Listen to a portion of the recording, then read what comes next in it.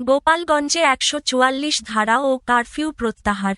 জাতীয় নাগরিক পার্টির এনসিপি গোপালগঞ্জে জুলাই পথযাত্রা ও সমাবেশে হামলা, সংঘর্ষ ও প্রাণহানির ঘটনাকে কেন্দ্র করে জারি করা কারফিউ ও ১৪৪ ধারা প্রত্যাহার করা হয়েছে। এছাড়া অপরাধীদের গ্রেফতারে আইনশৃঙ্খলা বাহিনীর অভিযান অব্যাহত থাকবে বলে জানিয়েছে জেলা প্রশাসন। রোববার ২০ জুলাই সন্ধ্যায় জেলা ম্যাজিস্ট্রেট ও জেলা প্রশাসক মিডিয়া সেলে দেওয়া এক বিজ্ঞপ্তিতে এ তথ্য জানানো হয়।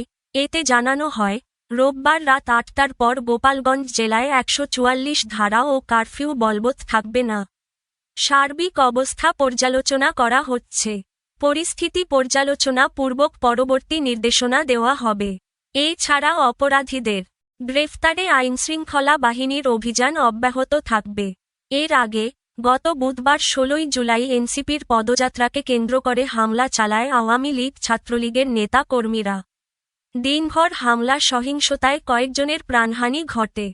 পরে ওই দিন রাত ৮টা থেকে বৃহস্পতিবার ১৭ জুলাই সন্ধ্যা ৬টা পর্যন্ত কারফিউ জারি করা হয়। এরপর দ্বিতীয় দফায় বৃহস্পতিবার সন্ধ্যা ৬টা থেকে শুক্রবার ১৮ জুলাই বেলা ১১টা পর্যন্ত কারফিউর সময়সীমা বাড়ানো হয়। ৩ ঘণ্টা বিরতি দিয়ে দুপুর ২টা থেকে সন্ধ্যা ৬টা পর্যন্ত কারফিউ জারি করা হয়। পরে সন্ধ্যা ৬টা থেকে শনিবার ১৯ জুলাই সকাল ৬টা পর্যন্ত কারফিউর সময় বাড়ানো হয়।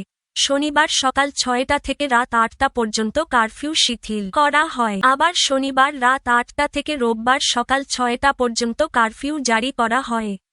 পরে রোববার সকাল ৬টা থেকে রাত ৮টা পর্যন্ত ১৪৪ ধারা জারি করে গোপালগঞ্জ জেলা প্রশাসক।